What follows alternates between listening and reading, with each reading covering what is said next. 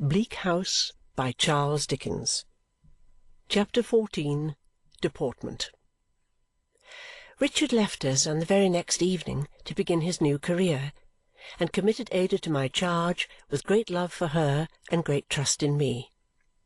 It touched me then to reflect, and it touches me now, more nearly, to remember, having what I have to tell, how they both thought of me even at that engrossing time.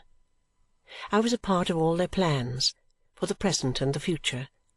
I was to write to Richard once a week, making my faithful report of Ada, who was to write to him every alternate day. I was to be informed, under his own hand, of all his labours and successes. I was to observe how resolute and persevering he would be. I was to be Ada's bridesmaid when they were married. I was to live with them afterwards. I was to keep all the keys of their house. I was to be made happy for ever and a day. "And if the suit should make us rich, Esther, which it may, you know," said Richard to crown all. A shade crossed Ada's face. "My dearest Ada," asked Richard, "why not?" "It had better declare us poor at once," said Ada. "Oh, I don't know about that," returned Richard. "But at all events it won't declare anything at once. It hasn't declared anything in heaven knows how many years." "Too true," said Ada. "Yes, but," urged Richard, answering what her look suggested rather than her words, "the longer it goes on, dear cousin, the nearer it must be to a settlement one way or another. Now, is not that reasonable?" "You know best, Richard. But I am afraid if we trust to it, it will make us unhappy." "But, my Ada, we are not going to trust to it," cried Richard gaily. "We know it better than to trust it. We only say that if it should make us rich, we have no constitutional objection to being rich. The court is, by solemn settlement of law, our grim old guardian, and we are to suppose that what it gives us, when it gives us anything, is our right. It is not necessary to quarrel with our right." "No," said Ada, "but it may be better to forget all about it." "Well, well," cried Richard, "then we will forget all about it. We consign the whole thing to oblivion. Dame Durden puts on her approving face, and it's done."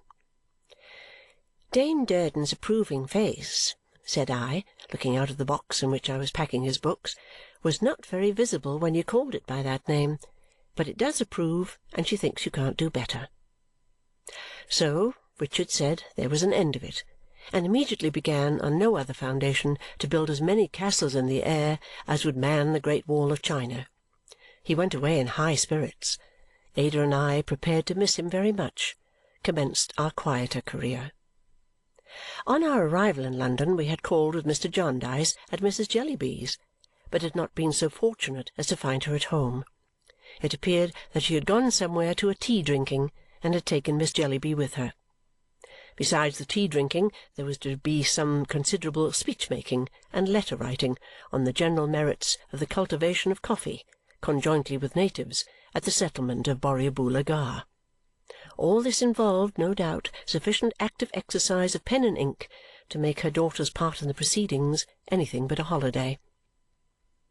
It being now beyond the time appointed for Mrs. Jellyby's return, we called again. She was in town, but not at home, having gone to Mile End directly after breakfast on some Borrioboolan business, arising out of a society called the East London Branch Aid Ramification.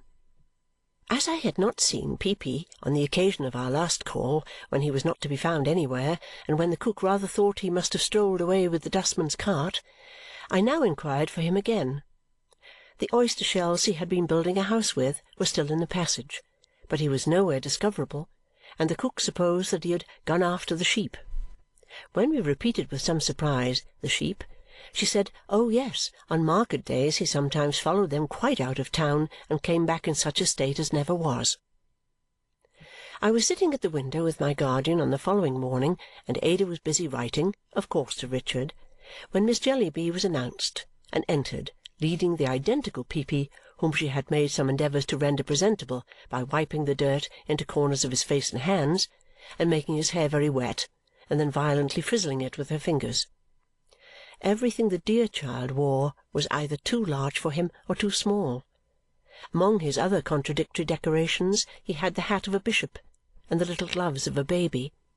His boots were, on a small scale, the boots of a ploughman, while his legs, so crossed and recrossed with scratches that they looked like maps, were bare below a very short pair of plaid drawers finished off with 2 frills of perfectly different patterns.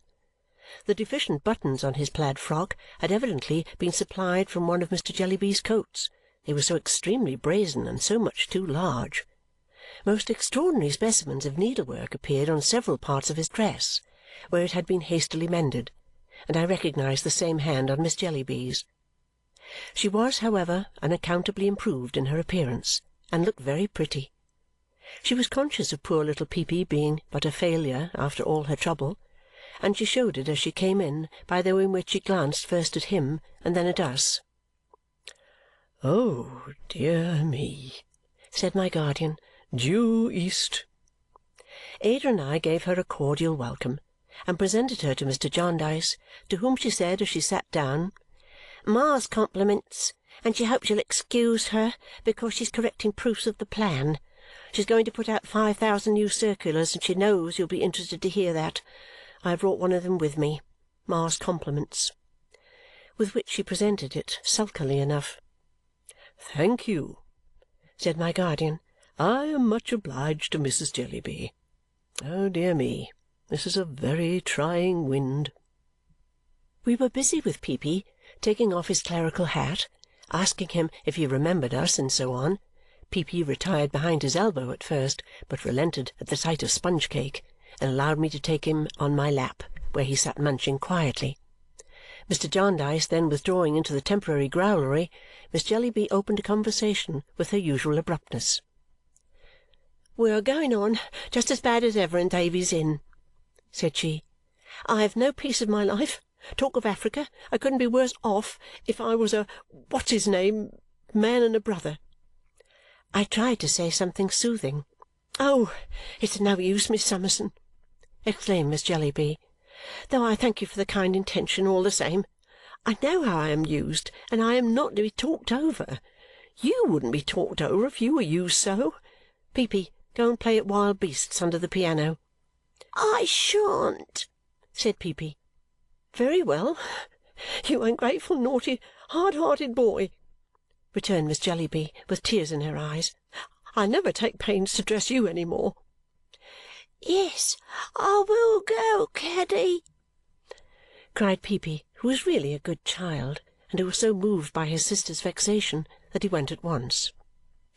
"It seems a little thing to cry about," said poor Miss Jellyby apologetically, "but I'm quite worn out. I was directing the new circulars till 2 this morning. I detest the whole thing so that alone makes my head ache till I can't see out of my eyes. And look at that poor unfortunate child. Was there ever such a fright as he is?" Peepy, happily unconscious of the defects in his appearance, sat on the carpet behind one of the legs of the piano, looking calmly out of his den at us while he ate his cake. "I have sent him to the other end of the room," observed Miss Jellyby, drawing her chair nearer to ours, "because I don't want him to hear the conversation. Those little things are so sharp. I was going to say, we really are going on worse than ever. Pa will be a bankrupt before long, and then I hope Ma will be satisfied. There'll be nobody but Ma to thank for it." We said we hoped Mr. Jellyby's affairs were not in so bad a state as that. "It's of no use hoping, though it's very kind of you," returned Miss Jellyby, shaking her head. "Pa told me only yesterday morning, and dreadfully unhappy he is, that he couldn't weather the storm. I should be surprised if he could. When all our tradesmen send into our house any stuff they like, and the servants do what they like with it, and I have no time to improve things if I knew how, and Ma don't care about anything. I should like to make out how Pa is to weather the storm. I declare if I was Pa, I'd run away." "My dear," said I, smiling, "your papa no doubt considers his family." "Oh, yes, his family is all very fine, Miss Summerson," replied Miss Jellyby, "but what comfort is his family to him?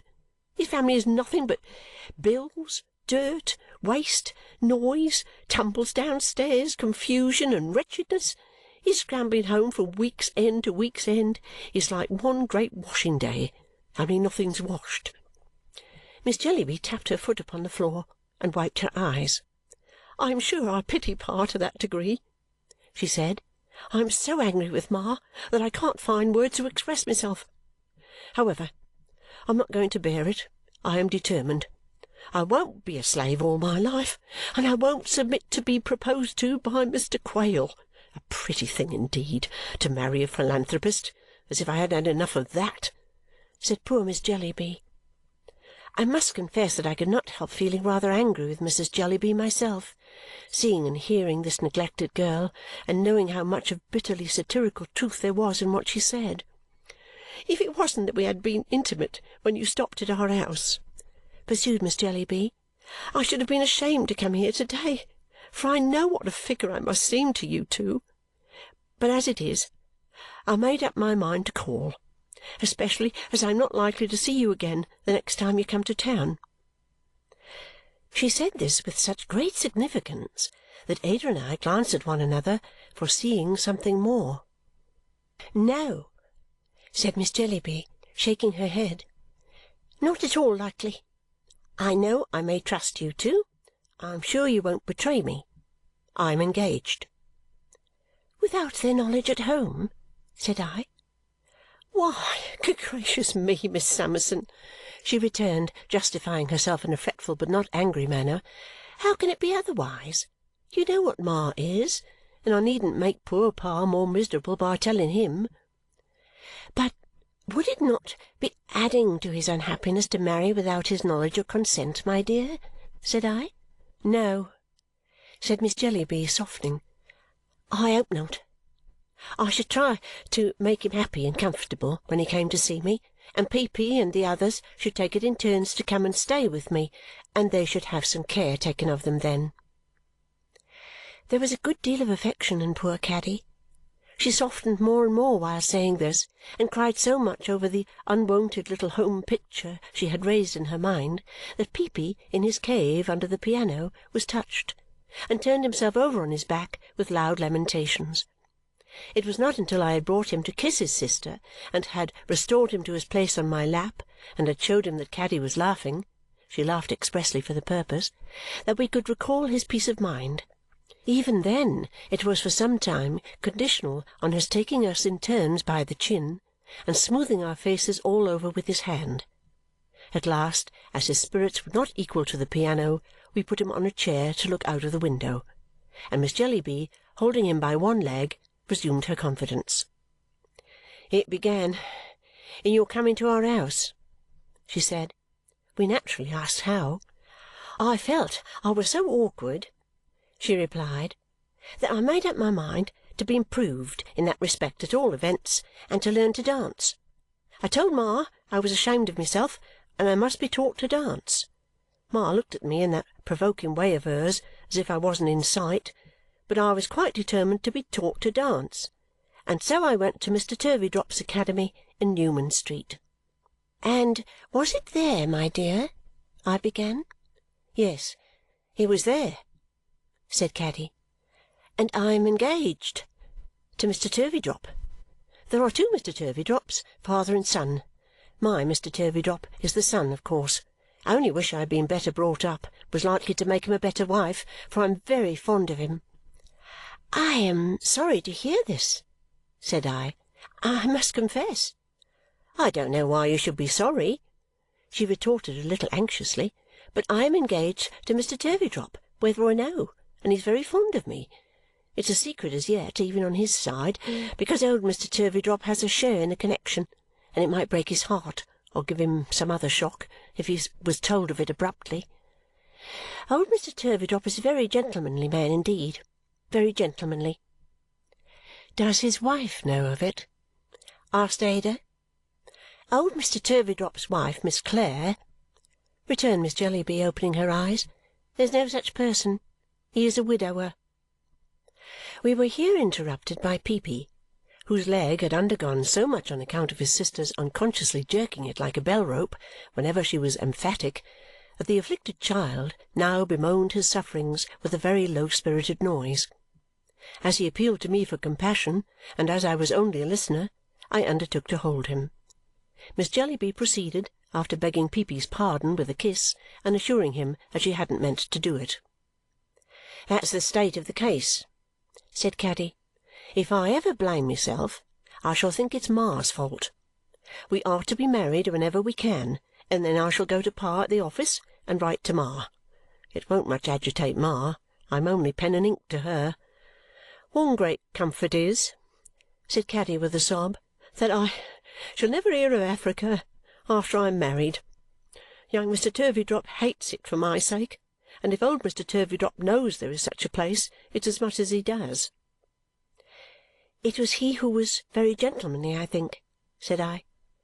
"Very gentlemanly indeed," said Caddy. "He is celebrated almost everywhere for his deportment." "Does he teach?" asked Ada. "No, he don't teach anything in particular," replied Caddy, "but his deportment is beautiful." Caddy went on to say, with considerable hesitation and reluctance, that there was one thing more she wished us to know, and felt we ought to know, and which she hoped would not offend us.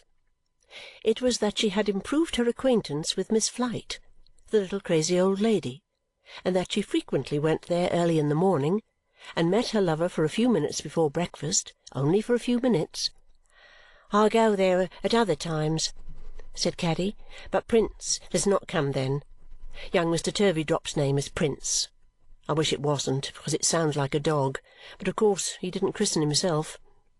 Old Mr. Turveydrop had him christened Prince in remembrance of the Prince Regent.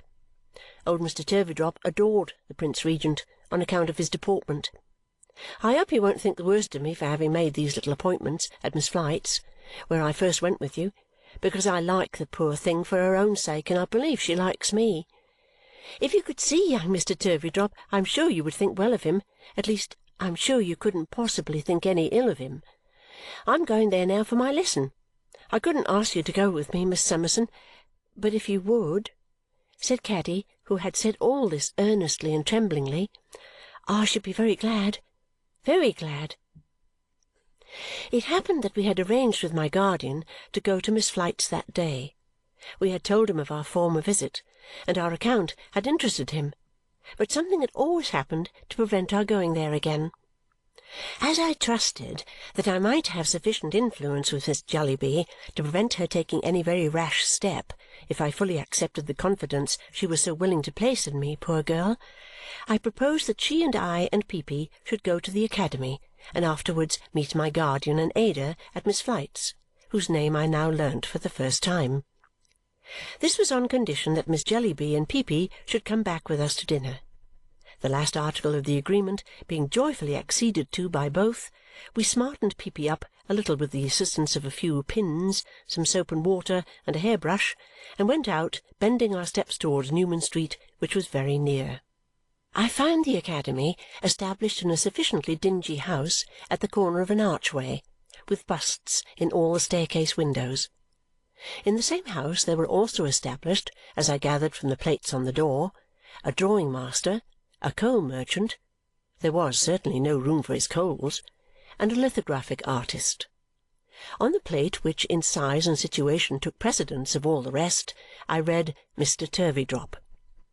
The door was open, and the hall was blocked up by a grand piano, a harp, and several other musical instruments in cases, all in progress of removal, and all looking rakish in the daylight. Miss Jellyby informed me that the academy had been lent last night for a concert.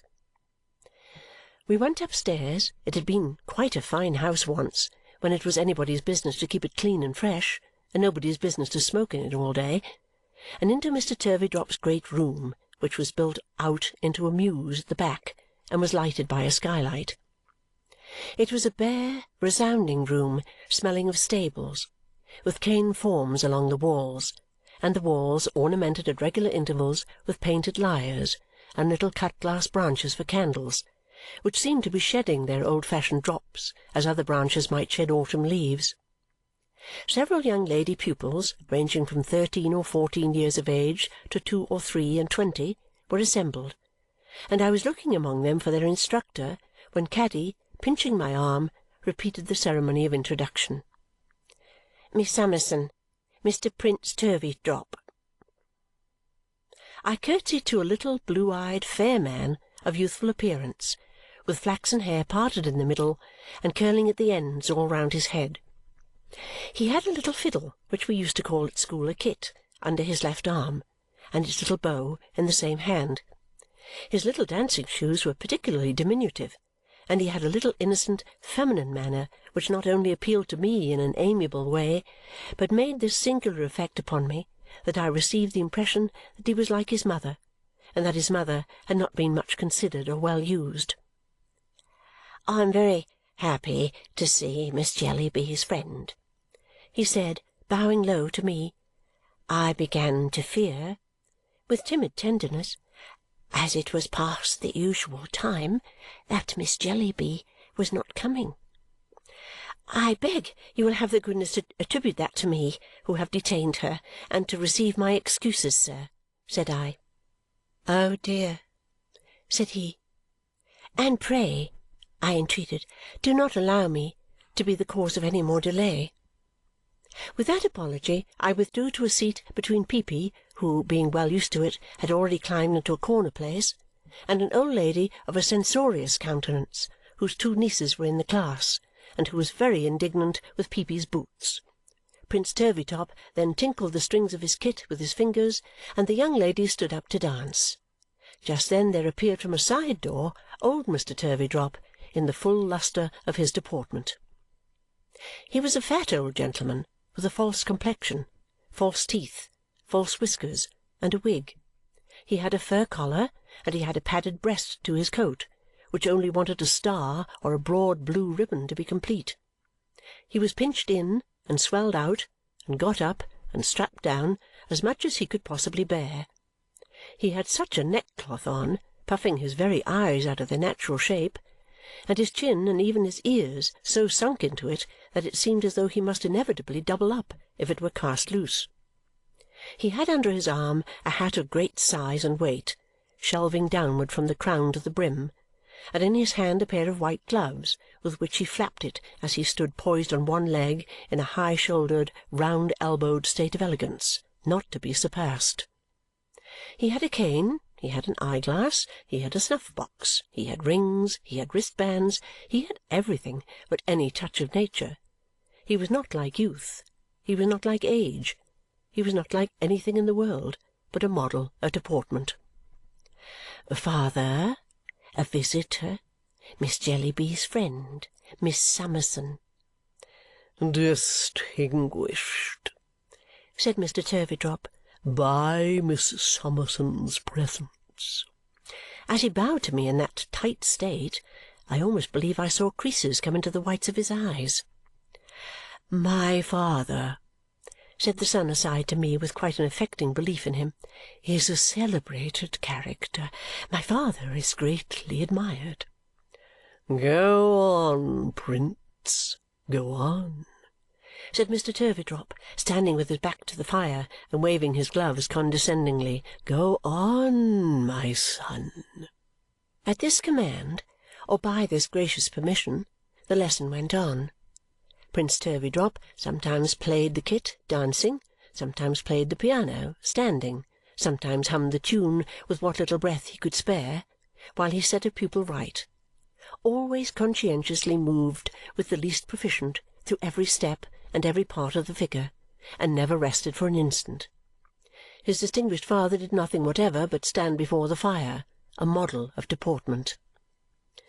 "And he never does anything else," said the old lady of the censorious countenance. "Yet would you believe that it's his name on the door-plate?"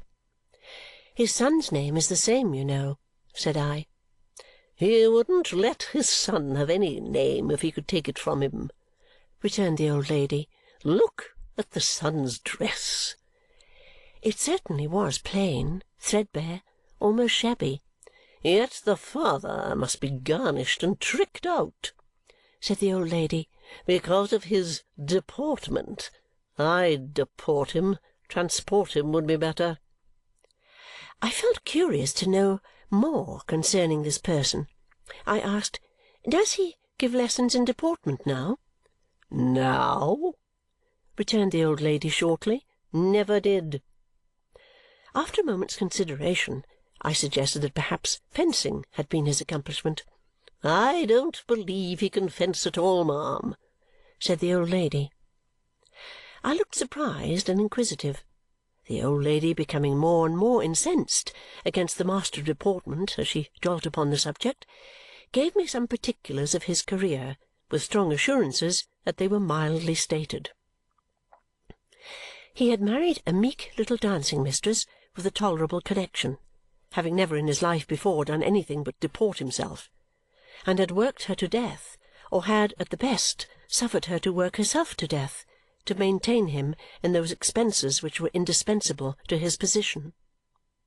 At once to exhibit his deportment to the best models and to keep the best models constantly before himself, he had found it necessary to frequent all public places of fashionable and lounging resort, to be seen at Brighton and elsewhere at fashionable times, and to lead an idle life in the very best clothes. To enable him to do this, the affectionate little dancing-mistress had toiled and laboured, and would have toiled and laboured to that hour if her strength had lasted so long.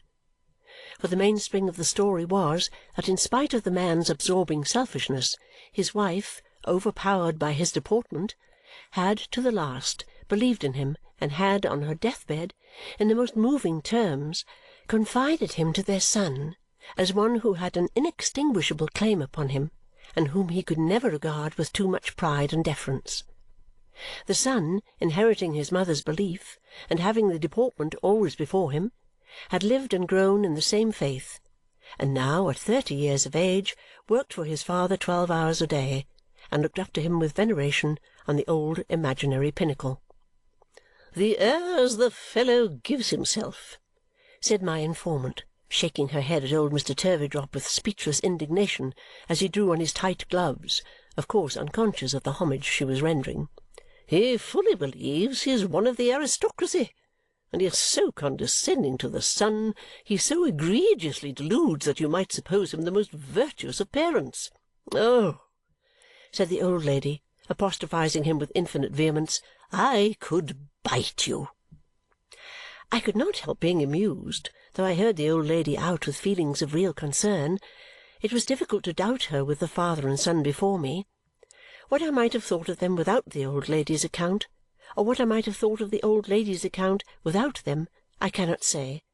There was a fitness of things in the whole that carried conviction with it. My eyes were yet wandering from young Mr. Turveydrop, working so hard, to old Mr. Turveydrop deporting himself so beautifully, when the latter came ambling up to me and entered into conversation. He asked me, first of all, whether I conferred a charm and a distinction on London by residing in it. I did not think it necessary to reply that I was perfectly aware I should not do that, in any case, but merely told him where I did reside. "A lady so graceful and accomplished," he said, kissing his right glove and afterwards extending it towards the pupils, "will look leniently on the deficiencies here. We do our best to polish, polish, polish." He sat down beside me, taking some pains to sit on the form, I thought, in imitation of the print of his illustrious model on the sofa, and really he did look very like it. "To polish, polish, polish," he repeated, taking a pinch of snuff and gently fluttering his fingers. "But we are not, if I may say so to one formed to be graceful, both by nature and art," with a high-shouldered bow, which it seemed impossible for him to make without lifting up his eyebrows and shutting his eyes. "We are not what we used to be in point of deportment." "Are we not, sir?" said I. "We have degenerated," he returned, shaking his head, which he could do to a very limited extent in his cravat. "A levelling age is not favourable to deportment. It develops vulgarity. Perhaps I speak with some little partiality. It may not be for me to say that I have been called, for some years now, Gentleman Turveydrop, or that His Royal Highness the Prince Regent did me the honour to inquire, on my removing my hat as he drove out of the pavilion at Brighton, that fine building. Who is he? Who the devil is he? Why don't I know him? Why hasn't he 30,000 a year? But these are little matters of anecdote. The general property, ma'am, still repeated occasionally among the upper classes. Indeed, said I. He replied with the high-shouldered bow. Well, what is left among us of deportment, he added, still lingers. England, alas, my country, has degenerated very much and is degenerating every day. She has not many gentlemen left. We are few. I see nothing to succeed us but a race of weavers.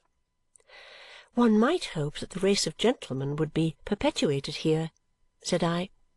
You are very good. He smiled with a high-shouldered bow again. You flatter me. But no, no. I have never been able to imbue my poor boy with that part of his art. Heaven forbid that I should disparage my dear child, but he has no deportment. He appears to be an excellent master, I observed. Understand me, my dear madam, he is an excellent master. All that can be acquired, he has acquired. All that can be imparted, he can impart. But there are things. He took another pinch of snuff and made the bow again, as if to add, this kind of thing, for instance. I glanced towards the centre of the room, where Miss Jellyby's lover, now engaged with single pupils, was undergoing greater drudgery than ever. My amiable child, murmured Mr. Turveydrop, adjusting his cravat. Your son is indefatigable, said I. It is my reward, said Mr. Turveydrop, to hear you say so. In some respects he treads in the footsteps of his sainted mother. She was a devoted creature. But woman, lovely woman, said Mr. Turveydrop with very disagreeable gallantry, what a sex you are! I rose and joined Miss Jellyby, who was by this time putting on her bonnet. The time allotted to a lesson having fully elapsed, there was a general putting on of bonnets. When Miss Jellyby and the unfortunate Prince found an opportunity to become betrothed, I don't know, but they certainly found none on this occasion to exchange a dozen words. My dear, said Mr. Turveydrop benignly to his son, do you know the hour? No, father. The son had no watch. The father had a handsome gold one, which he pulled out with an air that was an example to mankind. My son, said he, it's 2:00. Recollect your school at Kensington at 3. That's time enough for me, father, said Prince. I can take a morsel of dinner standing and be off. My dear boy, returned his father, you must be very quick. You will find the cold mutton on the table. Thank you, father. Are you off now, father? Yes, my dear, I suppose, said Mr. Turveydrop, shutting his eyes and lifting up his shoulders with modest consciousness, that I must show myself as usual about town. You had better dine out comfortably somewhere, said his son. My dear child, I intend to. I shall take my little meal, I think, at the French house in the Opera Colonnade. That's right. Good-bye, father, said Prince, shaking hands. Good-bye, my son. Bless you. Mr. Turveydrop said this in quite a pious manner, and it seemed to do his son good, who, in parting from him, was so pleased with him, so dutiful to him, and so proud of him that I almost felt as if it were an unkindness to the younger man not to be able to believe implicitly in the elder. The few moments that were occupied by Prince in taking leave of us, and particularly of one of us, as I saw, being in the secret, enhanced my favourable impression of his almost childish character. I felt a liking for him and a compassion for him as he put his little kit in his pocket, and with it his desire to stay a little while with Caddy, and went away good-humouredly to his cold mutton and his school at Kensington, that made me scarcely less irate with his father than the censorious old lady. The father opened the room door for us and bowed us out in a manner, I must acknowledge, worthy of his shining original. In the same style he presently passed us on the other side of the street, on his way to the aristocratic part of the town, where he was going to show himself among the few other gentlemen left. For some moments I was so lost in reconsidering what I had heard and seen in Newman Street that I was quite unable to talk to Caddy or even to fix my attention on what she said to me, especially when I began to inquire in my mind whether there were, or ever had been, any other gentlemen, not in the dancing profession, who lived and founded a reputation entirely on their deportment. This became so bewildering and suggested the possibility of so many Mr. Turveydrops that I said, "Esther, you must make up your mind to abandon the subject altogether and attend to Caddy." I accordingly did so, and we chatted all the rest of the way to Lincoln's Inn. Caddy told me that her lover's education had been so neglected that it was not always easy to read his notes. She said if he were not so anxious about his spelling and took less pains to make it clear, he would do better, but he put so many unnecessary letters into short words that they sometimes quite lost their English appearance. "He does it with the best intention," observed Caddy, "but it hasn't the effect he means, poor fellow." Caddy then went on to reason how could he be expected to be a scholar when he had passed his whole life in the dancing school and had done nothing but teach and fag, fag and teach, morning, noon, and night. And what did it matter? She could write letters enough for both, as she knew to her cost, and it was far better for him to be amiable than learned. "Besides, it's not as if I was an accomplished girl who had any right to give herself airs," said Caddy. "I know little enough, I am sure, thanks to Ma." "There's another thing I want to tell you now we are alone," continued Caddy, "which I should not have liked to mention unless you had seen Prince, Miss Summerson. You know what a house ours is. It's of no use my trying to learn anything that it would be useful for Prince's wife to know in our house. We live in such a state of muddle that it's impossible, and I have only been more disheartened whenever I have tried. So I get a little practice with who do you think? Poor Miss Flite. Early in the morning I help her to tidy her room and clean her birds, and I make her a cup of coffee for her. Of course she taught me, and I have learnt to make it so well that Prince says it's the very best coffee he ever tasted, and would quite delight old Mr. Turveydrop, who is very particular indeed about his coffee. I can make little puddings too, and I know how to buy a neck of mutton and tea and sugar and butter and a good many housekeeping things. I'm not clever at my needle yet," said Caddy, glancing at the repairs on Peepy's frock, "but perhaps I shall improve, and since I have been engaged to Prince and have been doing all this, I have felt better tempered, I hope, and more forgiving to Ma.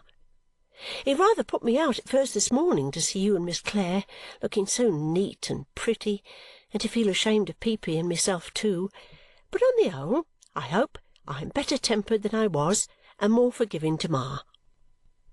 The poor girl, trying so hard, said it from her heart and touched mine.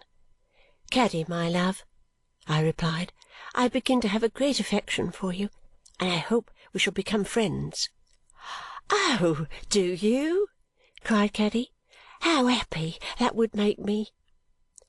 "My dear Caddy," said I, "let us be friends from this time, and let us often have a chat about these matters and try to find the right way through them." Caddy was overjoyed.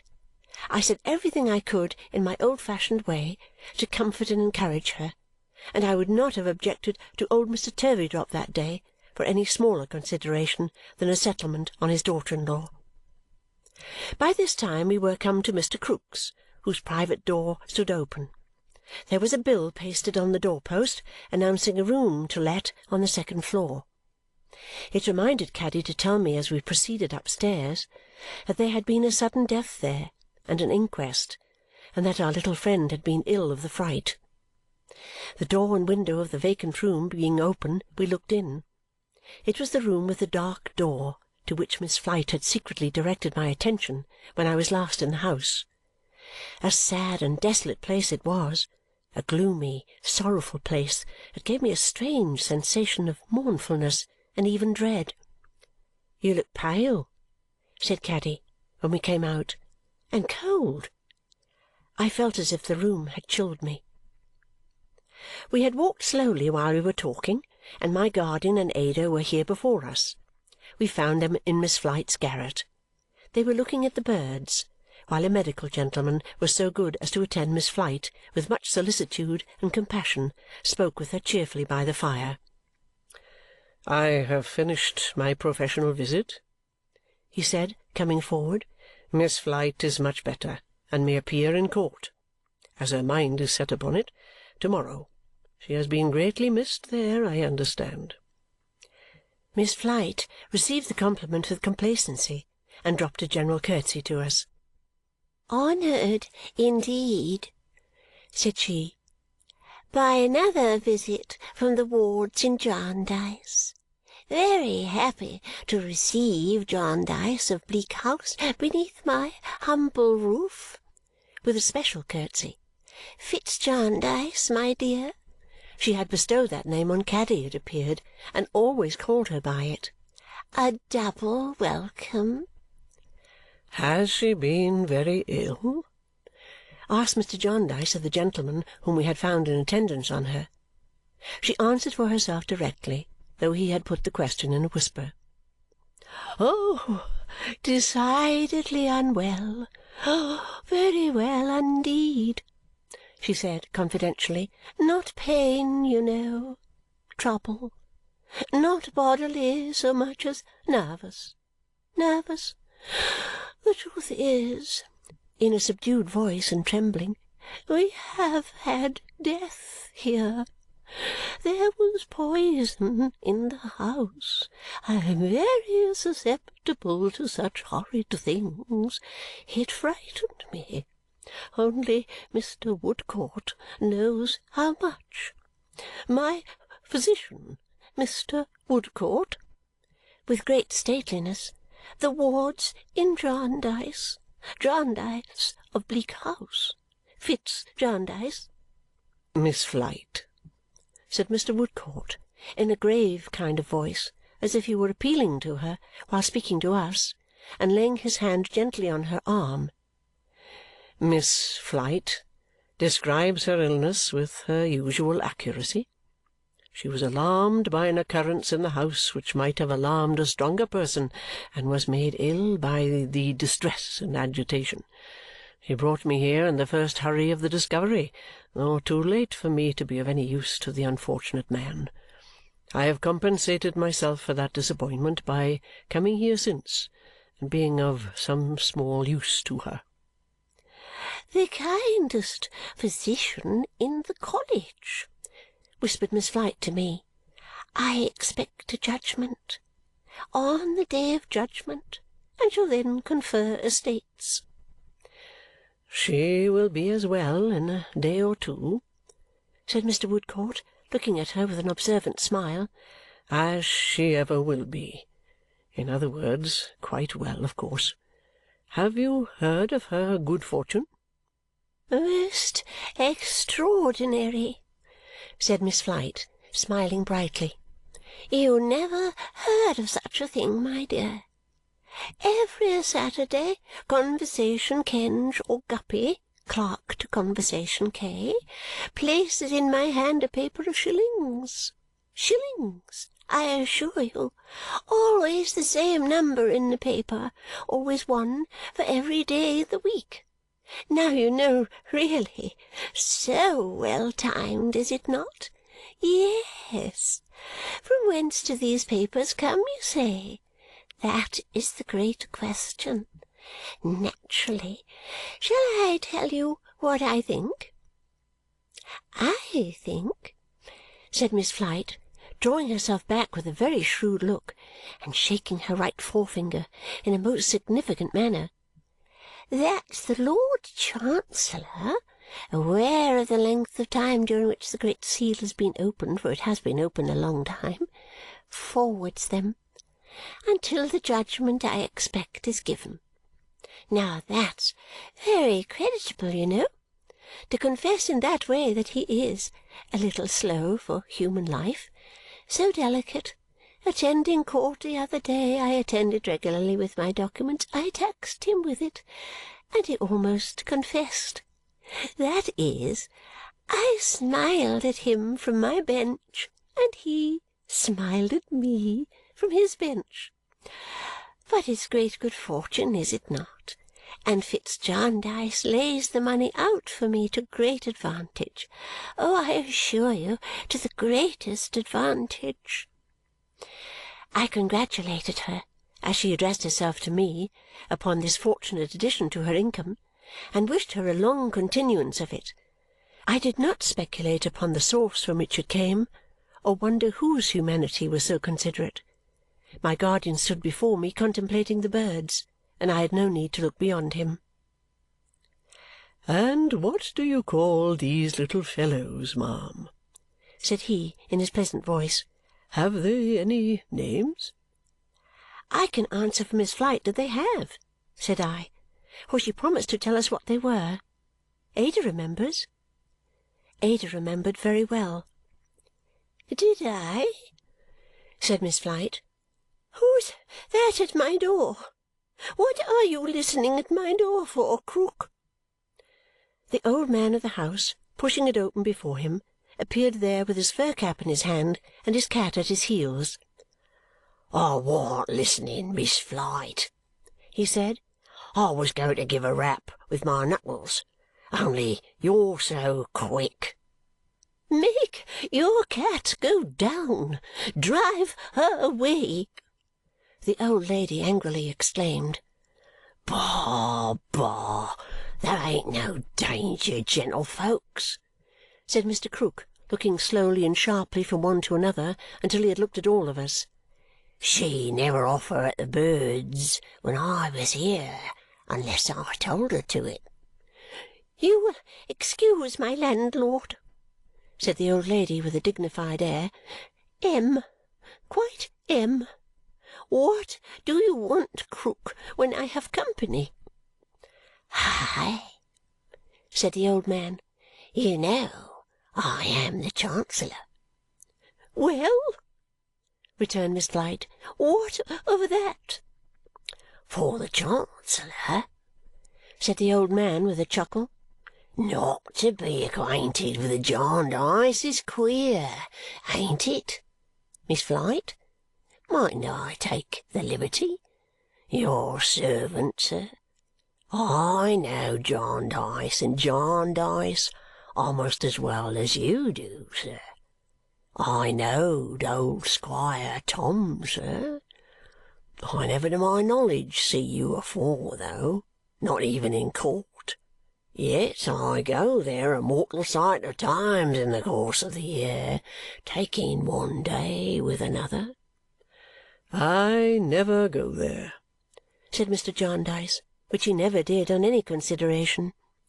"I would sooner go somewhere else." "Would you, though?" returned Krook, grinning. "You're bearing hard upon my noble and learned brother in your meaning, sir, though perhaps it is but natural in a Jarndyce. The burnt child, sir. What, you're looking at my lodger's birds, Mr. Jarndyce?" The old man had come by little and little into the room until he now touched my guardian with his elbow and looked close up into his face with his spectacled eyes. "It's one of her strange ways that she'll never tell the names of these birds if she can help it, though she named 'em all." This was in a whisper. "Shall I run 'em over, Flite?" he asked aloud. winking at us, and pointing at her as she turned away, affecting to sweep the grate. "If you like," she answered hurriedly. The old man, looking up at the cages after another look at us, went through the list. Hope, joy, youth, peace, rest, life, dust, ashes, waste, want, ruin, despair, madness, death, cunning, folly, words, wigs, rags, sheepskin, plunder, precedent, jargon, gammon, and spinach. That's the whole collection," said the old man, "all cooped up together by my noble and learned brother." "This is a bitter wind," muttered my guardian.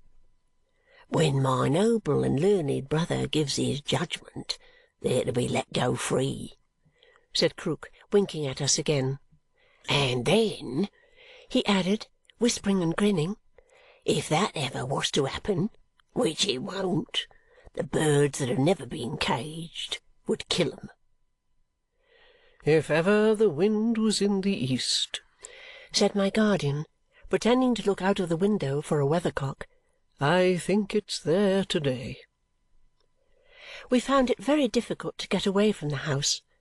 It was not Miss Flite who detained us. She was as reasonable a little creature in consulting the convenience of others as there possibly could be. It was Mr. Krook. He seemed unable to detach himself from Mr. Jarndyce. If he had been linked to him, he could hardly have attended him more closely. He proposed to show us his Court of Chancery, and all the strange medley it contained during the whole of our inspection, prolonged by himself. He kept close to Mr. Jarndyce, and sometimes detained him under one pretence or other until we had passed on, as if he were tormented by an inclination to enter upon some secret subject which he could not make up his mind to approach. I cannot imagine a countenance and manner more singularly expressive of caution and indecision, and a perpetual impulse to do something he could not resolve to venture on, than Mr. Krook's was that day. His watchfulness of my guardian was incessant. He rarely removed his eyes from his face. If he went on beside him, he observed him with the slyness of an old white fox. If he went before, he looked back. When we stood still, he got opposite to him, and drawing his hand across and across his open mouth with a curious expression of a sense of power, and turning up his eyes and lowering his grey eyebrows until they appeared to be shut, seemed to scan every lineament of his face. At last, having been, always attended by the cat, all over the house, and having seen the whole stock of miscellaneous lumber, which was certainly curious, we came into the back part of the shop. Here, on the head of an empty barrel, stood on end, were an ink-bottle, some old stumps of pens, and some dirty playbills, and against the wall were pasted several large printed alphabets in several plain hands. "What are you doing here?" asked my guardian. "Trying to learn myself to read and write," said Krook. "And how do you get on?" "Slow. Bad," returned the old man impatiently. "It's hard in my time of life."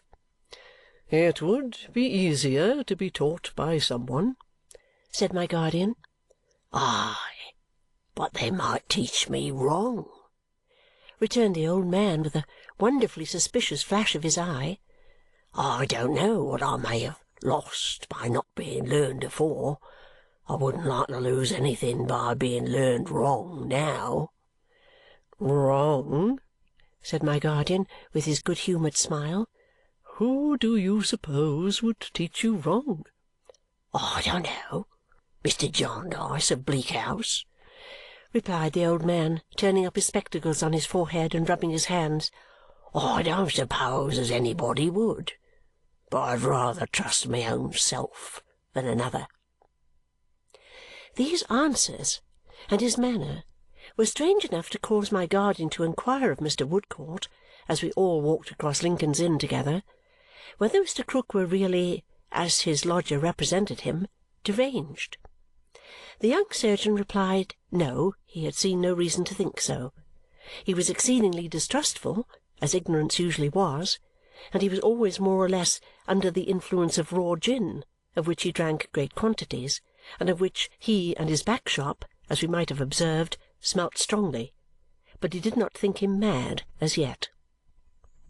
On our way home, I so conciliated Peepy's affections by buying him a windmill and 2 flour sacks that he would suffer nobody else to take off his hat and gloves, and would sit nowhere at dinner but at my side. Caddy sat upon the other side of me, next to Ada, to whom we imparted the whole history of the engagement as soon as we got back. We made much of Caddy, and Peepy too, and Caddy brightened exceedingly, and my guardian was as merry as we were, and we were all very happy indeed until Caddy went home at night in a hackney coach with Peepy fast asleep, but holding tight to the windmill. Oh, I have forgotten to mention, at least I have not mentioned, that Mr. Woodcourt was the same dark young surgeon whom we had met at Mr. Badger's, or that Mr. Jarndyce invited him to dinner that day, or that he came, or that when they were all gone and I said to Ada, "Now, my darling, let us have a little talk about Richard," Ada laughed and said, but I don't think it matters what my darling said. She was always merry. End of chapter 14.